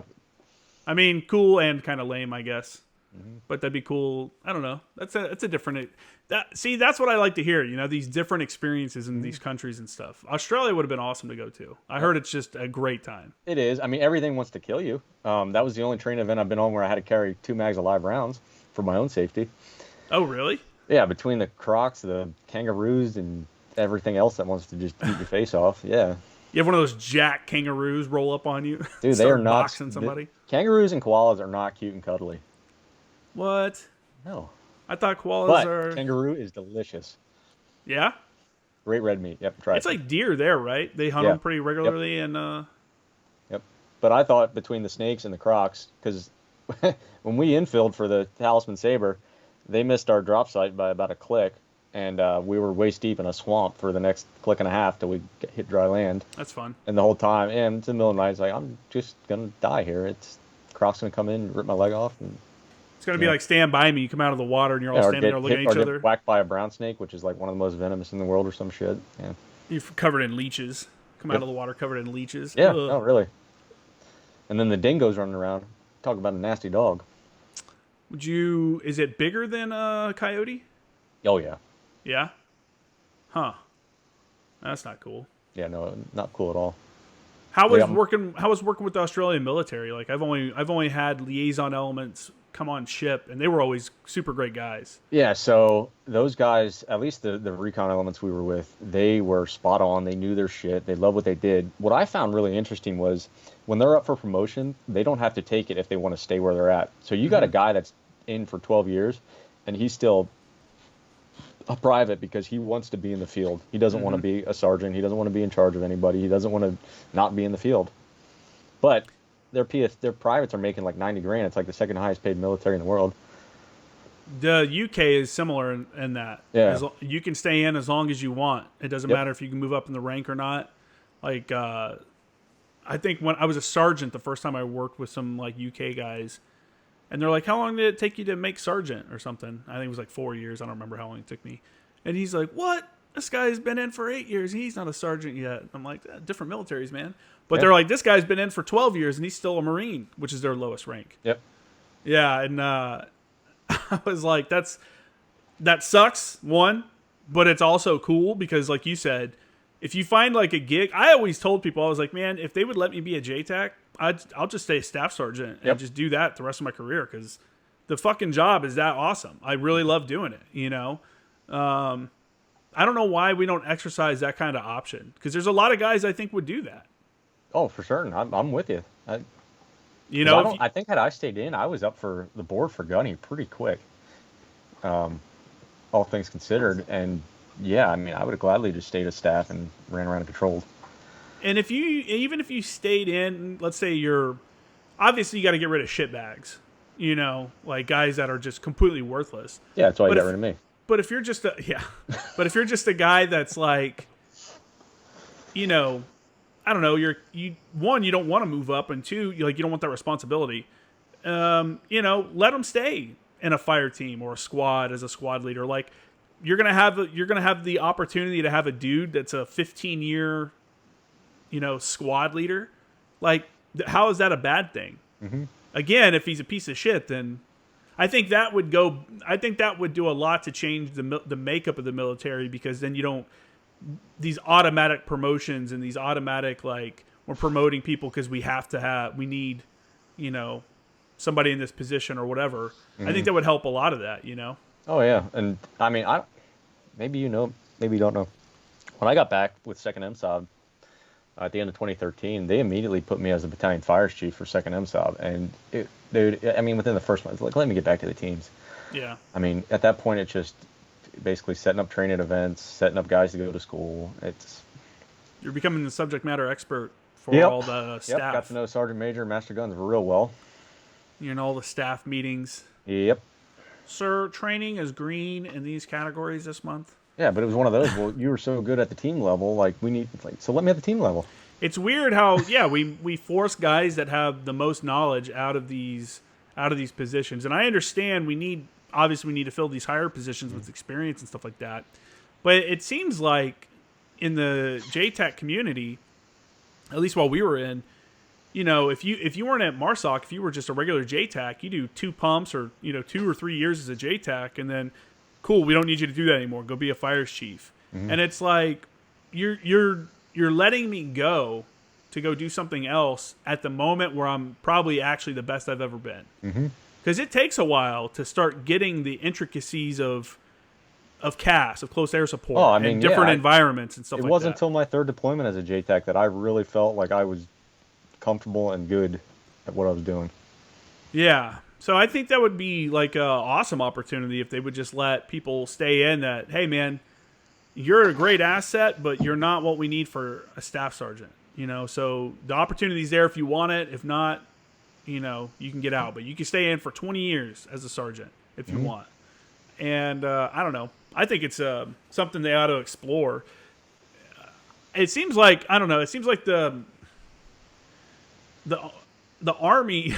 The Army just came out with a new rule where you don't even have to have a GED anymore to get in the Army, and they're allowing people with, like, face, neck, hand, and, like, tattoos to join because their retention is so low. Yeah, and it's like, instead of, like, trying to scrape the bottom of the barrel to pull people out, and I guess that's kind of a bad way to put those people, but I mean, if you can't even get your, like, you can't graduate from high school or you get your GED or something like that, I mean, I don't know, that's a tough spot. Yeah, but I mean, realistically, you want to be the best military in the world. Yeah, you got to pull the best.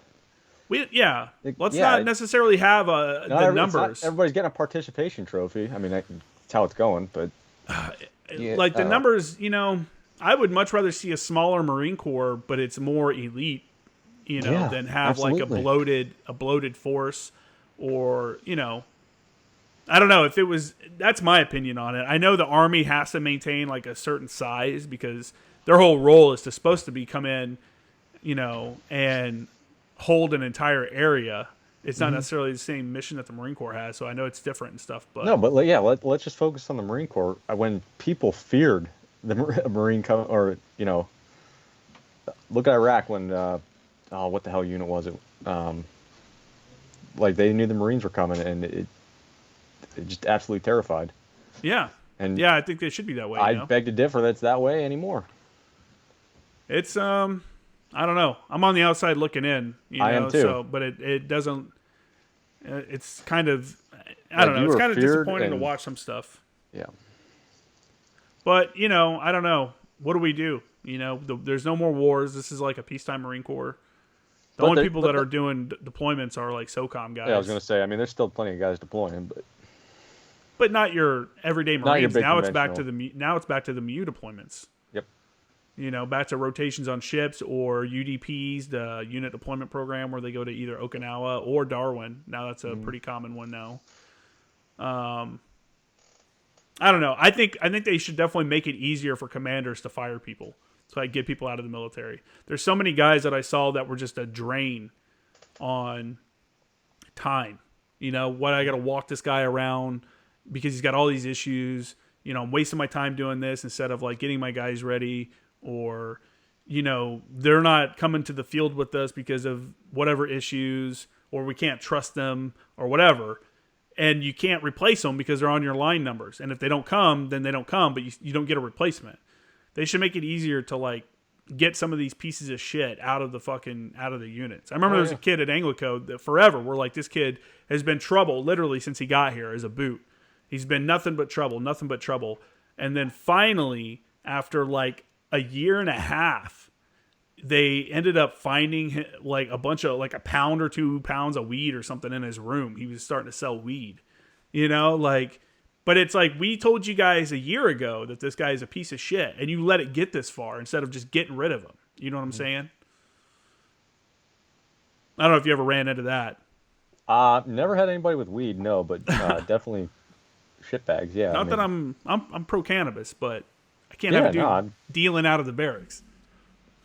No, I agree with you, man.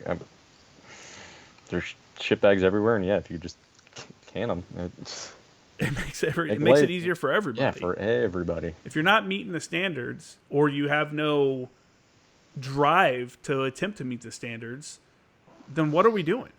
Yeah. You know what I'm saying? Like, and especially when you're talking about combat arms jobs. Well, there's NCOs like that too. Like this is what these guys are supposed to be looking up to, striving for. We had one when I was with you at 210, and I won't bring up his name, but I was at ANGLICO with him too, and he never changed. Huh. I don't know who you're talking about. He was a sergeant. You'll have to text me after. It's definitely sucks when it's not identified and taken care of, and they let these guys get promoted to become an NCO. And it's like, dude, this guy is the guy we're putting in charge of people. The guy that we never trusted. The guy that, but you'll have like sergeant majors or whoever come down and say that it's our fault. That shit's not documented. This issue wasn't documented. That issue wasn't documented. It's not a justification to not get them promoted. And in some cases, they're probably right. But in some cases, I've seen guys just continue to try to give them a chance. And it's just one thing after another until they eventually kick them out, or they end up in the brig forever. And,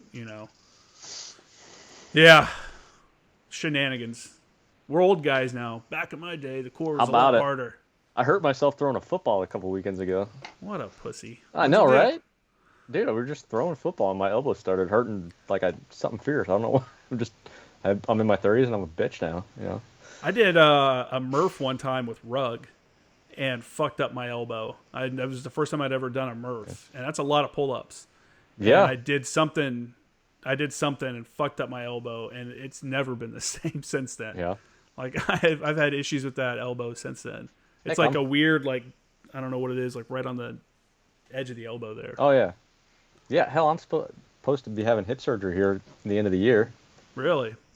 Bone spurs that who knows where they develop from, and partially torn labrum. Do you use VA, or do you I went all private. Yeah? I like the VA when I was down near Lebanon, PA, but the one up here in Altoona, no, I don't deal with them at all. I go there for my dental. That's it. Oh, you got dental through the VA? Yeah. I didn't know that was a thing. I'll have to look that up. Everybody had that. I'm paying for private dental. But it's interesting. Because I've got VA coverage, and the VA here in San Diego is pretty good. I've never really worried about private health insurance. Oh, really? So it's weird. I'm working at a civilian job and people talking about the cost of healthcare, and you just kind of take it for granted, because it's like healthcare cost. Like, what are you talking about? Yep. And some of these people are paying. I've heard anywhere from $400 to like over like $2,000 a month. And health insurance costs. I'm like, I've looked into our state ones as well, but yeah, we have TRICARE for life, so. Yeah. Thank God for that, right? That's a great benefit to have on the backside. Not everybody gets it. You have to have a VA rating of 30% or higher, I think, to get full coverage. It's somewhere around there, yeah. Yeah, but man, yeah, it's just something I don't even think about. And again, like I said, I took it for granted because after I got out of the Marines, I went to college, and then I was doing my own thing, working freelance stuff up until 2 months ago. So I haven't really worked around other people and hear them talk about like their regular civilian issues. So it's kind of a weird, I don't know, it's kind of a weird thing that I never even considered, Oh yeah, like that's a big thing with that I've noticed in this. Well, the state sector, civilian sector is, everybody's looking for these permanent jobs with benefits and everything. I'm like, what the hell you guys need benefits for? But yeah, it's just taking for granted what we have. It's crazy to me that I mean, now that I've like actually had, I guess it's touched my life. I've had the experience of talking to people about it. It's crazy to me that people are paying $2,000 a month for their family to be covered. You know what I'm saying? Like, in my own mind, I'm thinking to myself, why don't you just put $2,000 a month into a bank account and pay for your coverage or whatever you need in cash? Because I think you get I don't know if that's feasible or anything like that. I don't know if it's cheaper. I mean, obviously, if you get in a bad accident and have like $1 million worth of fucking medical bills, then whatever you were saving is probably not going to cover you. But yeah, that's what I was thinking when you were saying that. It's a weird catch-22, but right? Like, yeah, but realistically, like, how much do I go to the doctor? I don't unless I absolutely need to. I think that's how most young people are. I think that's why there was a big pushback against like the whole Obamacare thing and stuff, and they were trying to make it mandatory for that you had to sign up for it. And people that are like 18 to 25 are like, what are you talking about? Like, why do I need to pay like a crazy health insurance bill every month when I literally never go to the doctor? Mm-hmm. I mean, I probably would have but barely ever gone to a doctor had I not joined the military. Like, why would I go for an annual checkup or whatever? Like, if I don't feel good, I don't feel good. You know? The only time I see the VA doctor is when I go for my annual checkup. Yep. That's literally it. So it's like, I don't know, maybe in 20 years or so it'll be different, but not right now. Yeah, I mean, the reason I reached out and I'm deal with the private sector now, and they send everything to the VA, but it was just trying to get like my hip and back stuff addressed so I can get it taken care of, because they wanted to just basically dance around the bush the whole time, whereas I've seen these private doctors and they're on it like that. That's crazy. Because one time when I got out, I still have issues with my back occasionally, and I went to the VA, and I think there was a wait, so they referred me to a place out in town. And immediately got like, I remember going to the physical therapy place, and they're like, I don't know whatever your insurance is, but it's really good, because they approved like 15 sessions. Mm-hmm. And I was like, oh shit. No, like, I didn't need all 15, but I had that same situation when I was dealing with the VA down in Lebanon, Pennsylvania, but the one out here in Altoona, it's complete 180 from that one. See, that sucks that there's not consistency across the board. Yeah. That's another thing, again, I take for granted that I'm close to a VA, more than one, because I'm right here in San Diego. There's like an actual hospital up by UCSD, and then there's the VA clinic that I go to up in Oceanside. My buddy Hanthorne up in Indiana, I think his closest one's in Indianapolis or something, and he said it's a hassle every time, because you got to drive like an hour to go there, something gets messed up. Got to come back and schedule another appointment, and he's had some back and knee issues also. So I'm lucky that I haven't had too many issues either. I got out with minimal, wear and tear, occasional back issues and stuff like that. But a lot of my stuff wasn't too. My shoulders fucked up, but I'm not pitching any baseball games. So right. Yeah. Well, man, this has been a good conversation. It's been good catching up with you. Yeah. I think it's super cool. You're doing. This wildlife biology stuff and like being outdoors, and that's got to be an awesome job. I'm super jealous. It is. I do love it. I mean, you ever find yourself out here, I'll take you out. You can shoot some explosives over turkeys. That would be. You need to get a good video of that. If you guys, I'll send you one. I do have a really good video from this past winter where instead of sitting in a blind, some of these landowners are all about us doing it, and so the guy's like, "Well, how much deck cord do you have?" I said, "I have about 400 feet of it." And he's like, "Do you just want to run it through the kitchen window and we can drink coffee and stay warm?" Because it was like 2 degrees out that morning. Sure. That's awesome. So yeah, I actually got a really good video of that one. Yeah, you'll have to send those over to me so I can check them out. How can somebody get into that? If you want to, real quick, like how can people get into that if that's something they think they'd be interested in? If that's what they want to do, it's a bachelor's degree is going to make you competitive. You pretty much need one, but it don't have to be in like wildlife and fisheries. Anything ecosystem management, conservation, heck, it can be recreation, parks, tourism, just something in that outdoor world as far as careers go. And you can pretty much take that anywhere. Like there's people I know that they wanted to be a forester. Well, now they're doing the same thing I am, and they love it.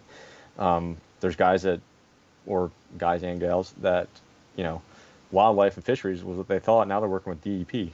So, what's DEP? The Department of Environmental Protection. Oh, gotcha. The guys that get mad at you when you spill oil and it goes into a waterway or something. All right, I get that. But yeah, I mean, you got to put the 4 years in, do the bachelor's degree, otherwise you're just not going to be competitive. And like I did for the first 3 years post that graduation, you got to start at the bottom of the barrel again, which kind of sucks when you come out of the Marine Corps, you're a staff sergeant, and well, we're going back down. But yeah, and take any opportunity that you can get, whether it be an internship, a chance to volunteer. I went the fisheries route, which had my interest for a little while because it wasn't what I intended, but I liked it. And then it was, it was one of those, like, every day waking up, no, I don't want to do this.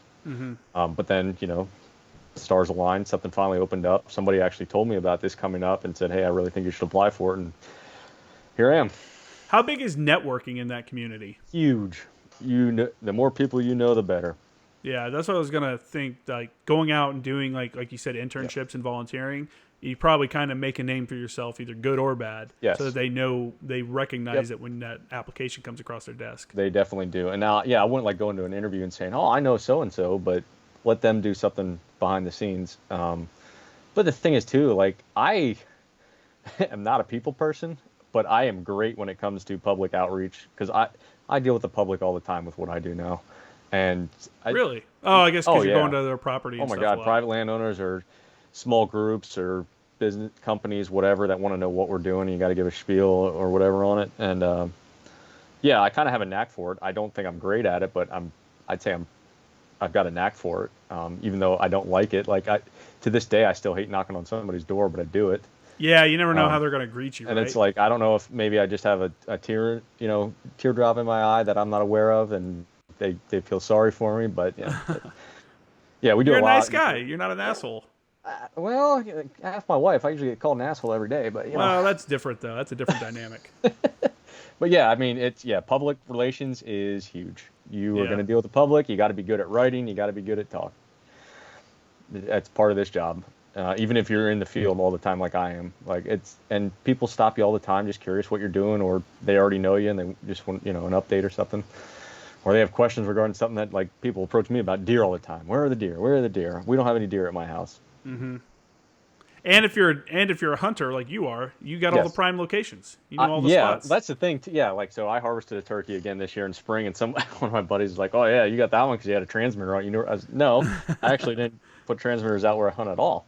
But I know all these prime locations, but I don't. I also don't go around asking people if I can hunt there. I've had a few landowners tell me if I want to come out, I can, but can't mix work and business. No, or work and home. And like I have a great spot, the farm behind me that I've always hunted there since we moved up here. So that's awesome, man. Yeah, I mean, I can definitely, like, when it comes to like public lands, like the state forest, like nobody hunts turkeys in the state forest up the road from us. You'd be surprised how big the population is up there. And I had no idea either until I started working with them. Really?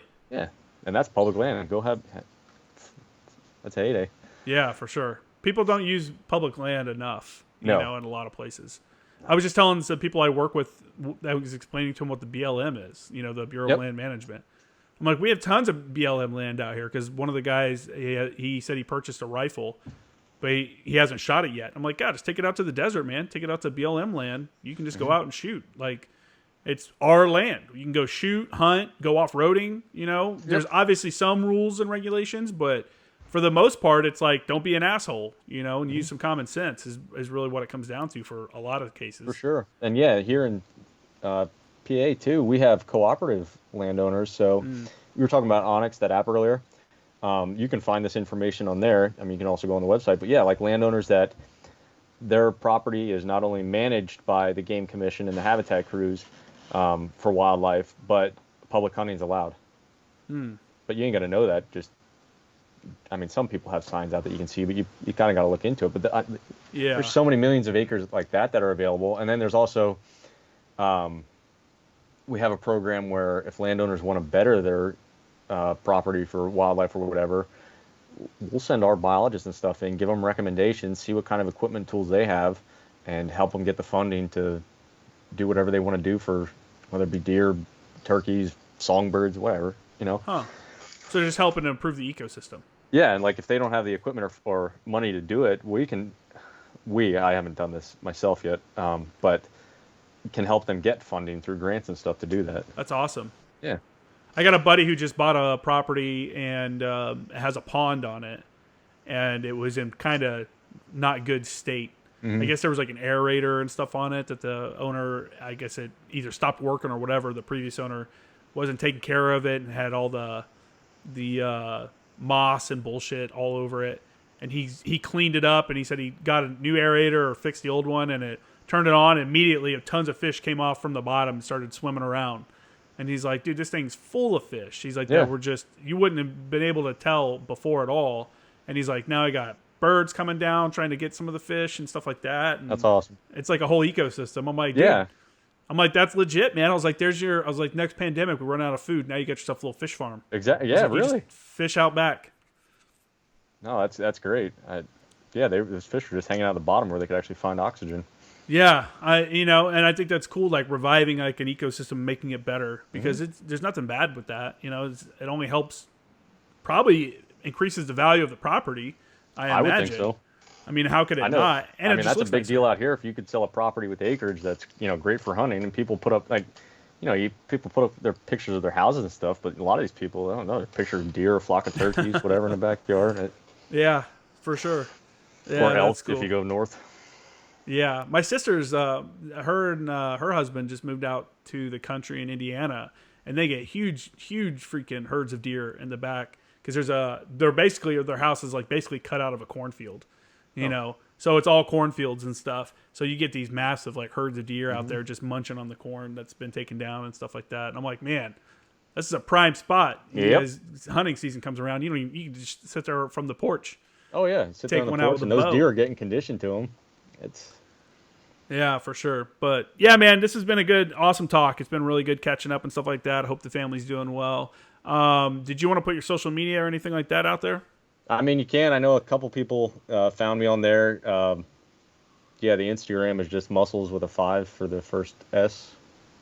I mean, you can put it up. Yeah, I'll put it up on the screen so everybody sees it. Facebook, Tony Musselman. I'm not going to lie. I'm terrible on social media. I might post...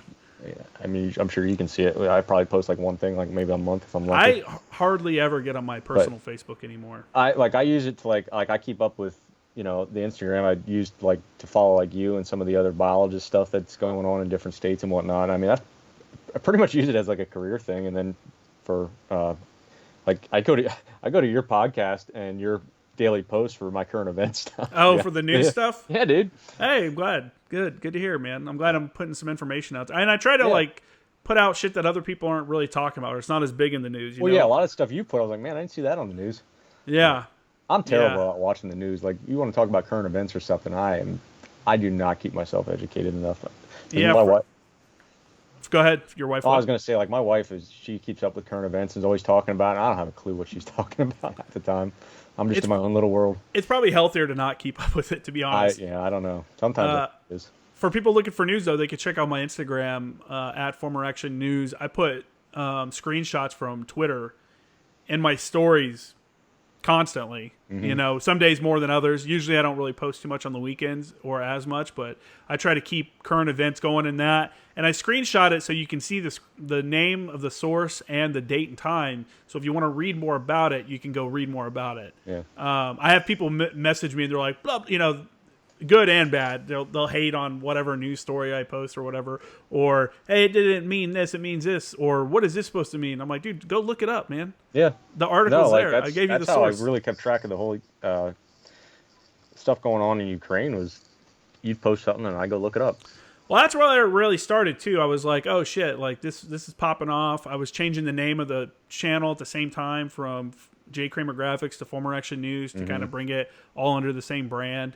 And the whole thing in Ukraine, it's crazy because there was just so much footage coming out from social media. And there still is, but it's kind of like, it's not necessarily like a blitz like it was before, and like the craziness. Occasionally, like that video I posted yesterday or the day before with that SAM rocket taking off and then turning back and coming back to the launcher and blowing up. I mean, one good thing, I don't know if it's a good thing, but it's interesting to me that you're seeing a lot of current technologies of warfare that we saw some of that, or we were more exposed to it when we were overseas, but the public's actually seeing it now because of Ukraine. Yeah. Whereas before, you wouldn't see a lot of that footage. No, not at all. Like And surface air missiles going off, or a whole row of tanks getting busted up. I mean, you and never we're saw seeing that. we're seeing our equipment getting fucked up. There's videos of M777 crews, the howitzers that we sent over getting blown up and stuff by drones.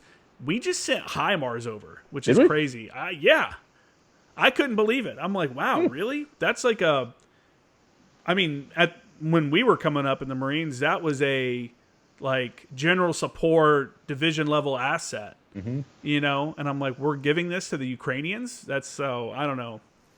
Again, outside looking in, I don't know what's going on. Some stuff I question, a lot of money heading over there. So Yeah, it is. I think we should have good accounting of that. That's all I'm asking about for hey, we can send them some money to help them out. I get it. I understand the cause, but let's get someone to fucking audit where all that 30 or 40 billion dollars is actually going, because that's our money, So Sure is.